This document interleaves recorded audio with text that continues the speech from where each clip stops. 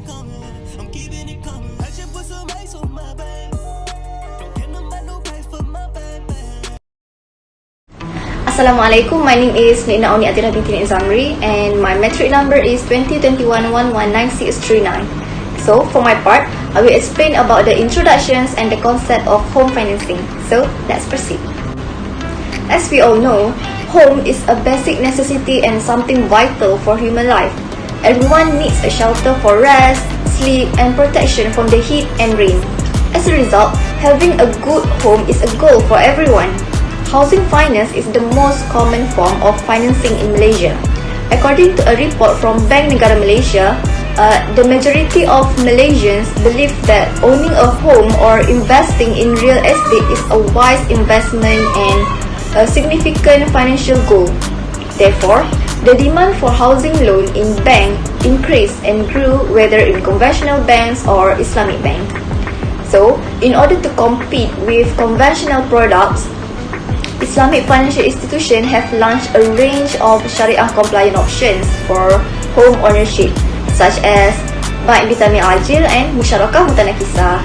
So, in our presentation today, we will discuss on the concept of home financing and Islamic home financing, the legality and evidence from Al-Quran and Hadith, and the advantage of home financing.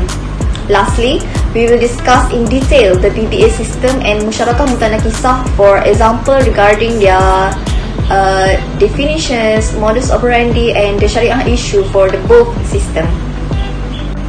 So, what is home financing? In general, home financing is the act of providing or lending money to a person who wants to buy a property. It is secured by real estate and includes a payment schedule for interest and principal repayment to a bank. They are widely regarded as one of the most basic financial service product offered. And in Malaysia, a home financing or mortgage loan is a loan provided by a bank or other financial organization to assist client in purchasing real estate. This will help more people to own a home because they do not have to pay the entire purchase price with their own money. Instead, they can make a down payment which is typically 10% of the total sale price of the house they wish to buy. And then, they will pay back to the bank for their home loan on a monthly basis. So, how about Islamic home financing? Is it different? Yes, Islamic home financing is Sharia-based home financing that prohibits interest rates and uncertainty, which is haram in Islam. In comparison to conventional home financing, Islamic home financing focus on a flat rate or profit rate rather than an interest rate. As a result, the monthly payment will remain the same as it was at the start of the settlement. Even with price increase, this rate will remain unchanged. So that's all from me. Thank you. Bismillahirrahmanirrahim. My name is Muhamad Abduh bin Zunnabli. My metric number is 2021101541. So I will continue with 2.3, which is legality. In the banking arena in Malaysia, the community has a choice in determining the product or any appropriate financing, whether conventional or Islamic banking.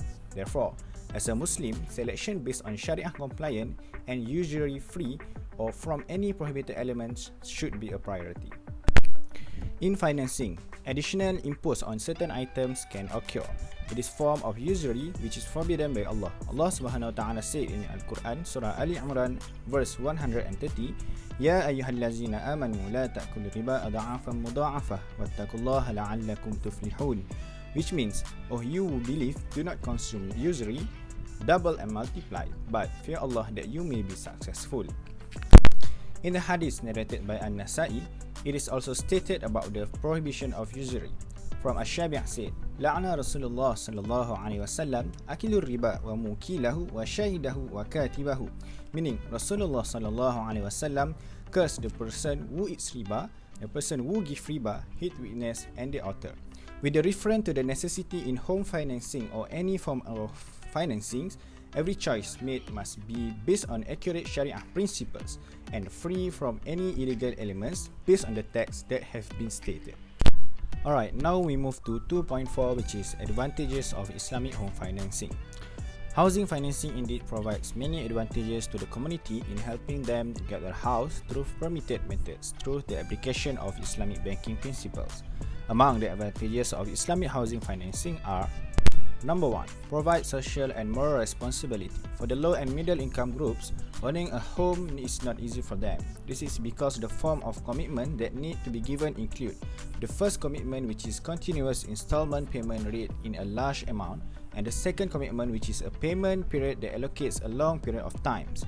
Thus, the principle of Islamic banking used in Islamic housing finance help in providing social and moral responsibility, as well as giving a new light to this group owning a house. Islamic financing products have demonstrated the uniqueness of the relationship between the principle of cooperation, profit and loss sharing between the two parties. Alright, number 2, balancing consumer finance. In Islamic housing financings, the fixed payment or fixed monthly repayment is fixed and unchanged. This helps customers balance their monthly budgets. In addition, it also allows customers to plan their expenses. Number 3, penalty payments for disposal of property during the lock-in period are lower. In Islamic financing, the penalty imposed for disposing of property during the lock-in period is usually lower than conventional loans. Conventional loan penalty payments are based on the set percentage form, while Islamic bank penalty payments are based on the bank's current cost of funds. Even so, the payment rate is different for each Islamic bank. Alright, the last one, number 4. Islamic financing is based on the base financing rate. Unlike conventional loans, which are based on the base lending rate, Islamic loans are based on the base financing rate, BFR, which can be adjusted by the bank based on the current market conditions, but not higher than the ceiling rate, which is the maximum profit earned by Islamic finance providers. Right. Bai' bithamin ajil. 3.1 definition. Literally, Bai' bithamin ajil is a deferred sale contract in which deferred price payment basis with a certain time in future. Technically means Bai' bithamin ajil refers to a sale and purchase transaction of an asset to be paid on later date, which is deferred payment based on a price, which include a profit margin agreed to by both contracting parties. It is also known as a Bai' al-Taqsid, which means sale with installment payment, Bai' al-Mu'ajjal, sale with deferred payment, Bai' al-Nasiyah, sale with a delayed payment, or Bai' al-Ajil, which is deferred sale. Assalamualaikum warahmatullahi wabarakatuh. My name is Nurul Khairoh Binti Mohamad Yasir. My matric number is 2021 103409. Okay, I will proceed with 3.2, which is modus operandi of Bai' Bithamanin Ajil home financing. Okay, basically, Bai' Bithamanin Ajil is the house finance contract used by the most Islamic financial institution in Malaysia. Bai' Bithamanin Ajil usually used in buying and selling property, automobile and other deferred payment sale. Bai' Bithamanin Ajil also using the Murabahah concept, which is based on cost-added purchasing and selling operation. The figure above show that the modus operandi of Bai' Bithamanin Ajil home financing.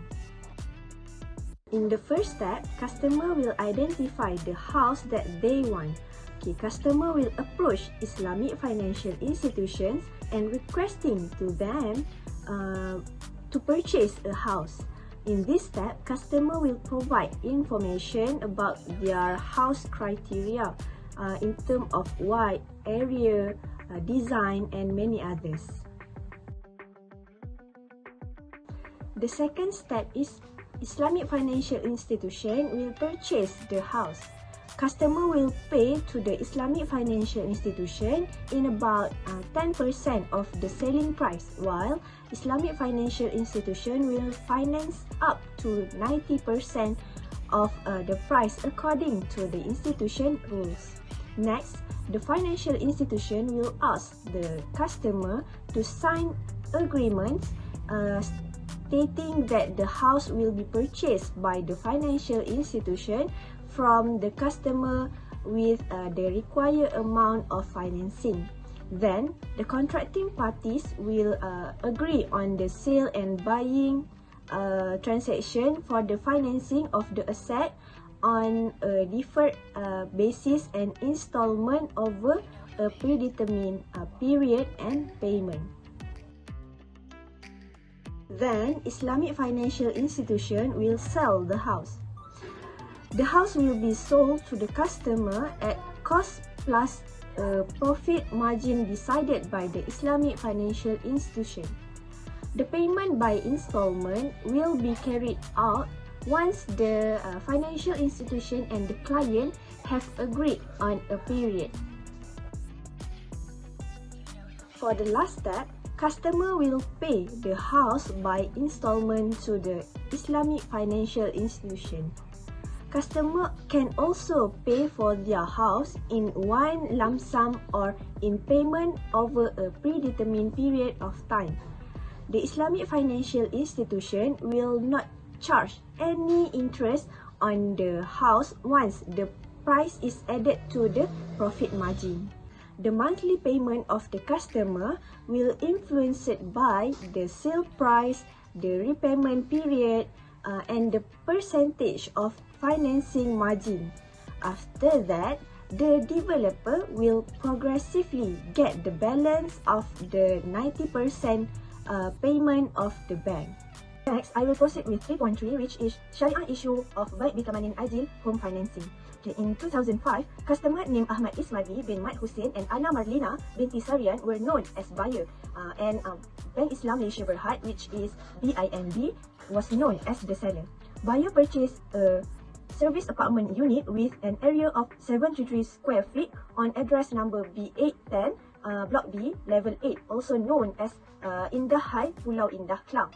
On the other hand, Mukhtar binti Ahmad and Siti Mariam binti Ahmad were the owner of the land where the apartment unit was booked. Following that, the buyer purchased the home for 98,000 ringgit Malaysia as the deposit of payment, while BIMB provide funding of 88,200 ringgit Malaysia through BBA contract to the customer. However, the house development project was cancelled.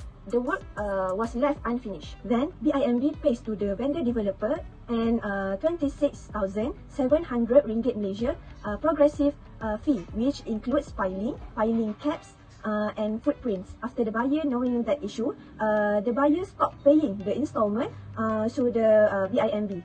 As a result, BIMB took legal action against the buyer for a certain amount, which include the full sale payment specified in the PSA, as well as BIMB fees. Finally, on 22 February 2011, the buyer settled the BIMB's request by making the payment of 30,000 settlement payment. So, based on the case study, there are some issues about the existing of subject matters. Okay, basically, Islamic law stated that the subject matter of the contract must be present at the both beginning and at the end of the transaction. According to Prophet Muhammad sallallahu alaihi wasallam, naha Rasulullah sallallahu alaihi wasallam an bai'il hasah wa an bai'il gharar. The meaning is Abu Hurairah said that Rasulullah sallallahu alaihi wasallam forbade a transaction determined by throwing stone and the type which involve some uncertainty. Okay, in this scenario, the builder has terminated the apartment's construction. Hence, the contract has no subject matter. As a result, the contract become gharar contract, which is in Islamic law, the contract become void. That's all from me. Thank you.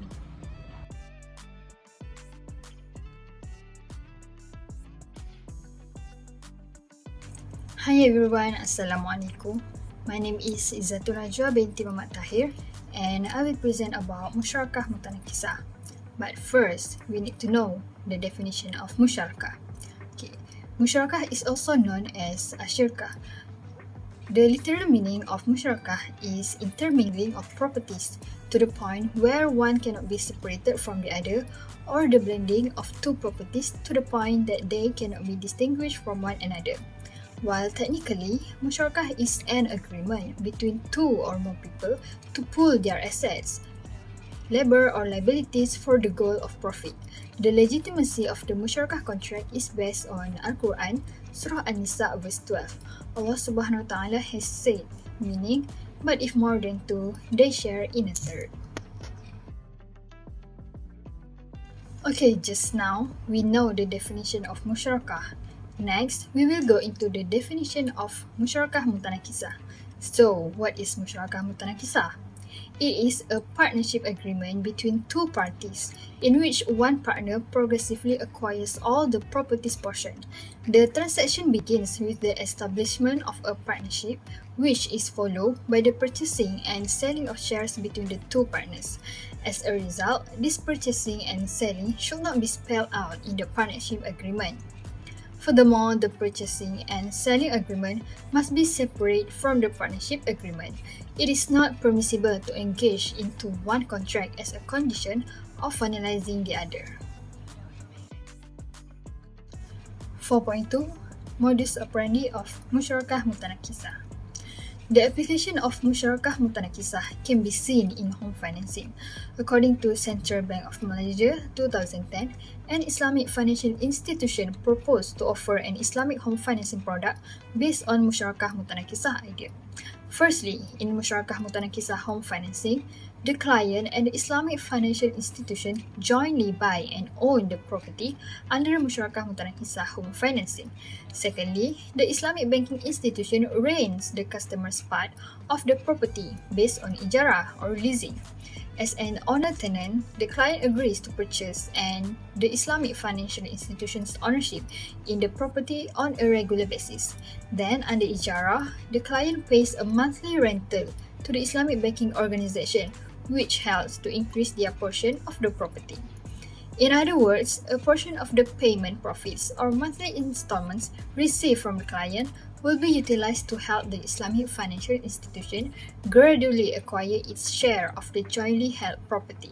And lastly, the customer will have acquired all of the financial shares, and the partnership will come to an end with the customer being the sole owner of the house at the end of the ijarah term and upon payment of all release rentals. That's all from me. Thank you.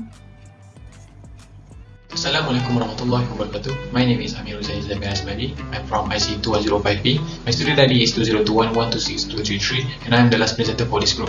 We will continue with the 4.3, which is the Sharia issues Musyarakah Mutanaqisah. The first issue is resharing and ownership of the property. By examining how local Islamic banks implement equity home or property financing it can be concluded that the bank bears no risk in terms of property ownership. The customer owns the legal title of the property from the start of the contract, and the bank only serves as a trustee. As a result, it can be concluded that the true idea of Musyarakah does not exist in this context. The fundamental meaning of Musyarakah admits that both the customer and the bank share joint ownership. Second, in the case of an unfinished home, the bank will ask the customer to repay the amount the bank has disbursed on the property if the property yet to be found unfinished. Again, it fails to reflect the true concept of Musyarakah, which states that any loss should be shared equally by both parties on the capital contribution. The bank bears no reward or compensation in the implementation of this contract, but rather acts as financial, similar to conventional financing. Moreover, the fact the legal title to the home or property has always been with the customer indicates that the bank does not share ownership of the property with the customer. This practice does not imply the true concept of Musyarakah, whereby the bank would share the ownership of the property with the customer at the beginning. The second issue is abandoned housing projects. Another issue occurs where the parties are unsure who is liable for bearing the risk. Because the Musyarakah Mutanaqisah is an equity contract, the financial institution and the customer should split the losses based on their respective equity stakes in the house at a time. For instance, if the house is left unfinished in year 3 and the customer owns 30% of the equity, the customer should lose 30% of the equity and the Islamic financial institution will bear the rest. Because this practice violates Sharia principles, the customer should not bear the losses solely by paying the full disbursed by the financial institution. The third issue is using interest rate as rental rate. As for the profit rate, the relevant bank utilizes the Islamic bank rate or IBR with adjustments. The profit rate will vary depending on the amount of funding and whether the property is finished or under development, while the adjustment rate for complete and under construction homes over RM 500,000 is higher by 1%. The adjustment rate for complete and under construction home is higher by 1% also. The same may be said for commercial real estate finance. Whether the amount of financing is RM100,000 or more, the rate is variable. For financing amount greater than RM100,000, the adjustment rate is increased by 1% for both complete and under construction properties. From this, it appears that the bank continue to use the conventional interest rate as a benchmark, whereas the rental rate should be used if the concept of Musyarakah Mutanaqisah is followed. In addition, the IBR is based on the Central Bank of Malaysia's overnight policy rate, so interest rates fluctuate daily and can be a burden to the customers. It may contain elements of uncertainty. The statement is that the winning percentage is limited to 10.25%. As a result of this benchmark, Musyarakah Mutanaqisah is compared to the conventional loan contracts. The other issue is the contract of what which is promised. Another Sharia difficulty in the application of Musyarakah Mutanaqisah is the use of undertakings. One is usually entrenched in two forms, which are the customer undertakes to pay the monthly installment until the end of the contract, or it can be customer irrevocably undertakes to purchase the bank share on the asset in the event of default. In this case, the Islamic Fiqh Academy issued a resolution that unilateral pledge made by the buyer or seller is valid if a condition exists or fulfillment of the obligation and the pledge as a liability on the expenses made. One with the intent effect to guarantee the payment for the share or on the other partner raised the Sharia issue in Musyarakah Mutanaqisah. It is not permitted for one party to establish one to purchase the other party share at the value of the share on the day the partnership is created.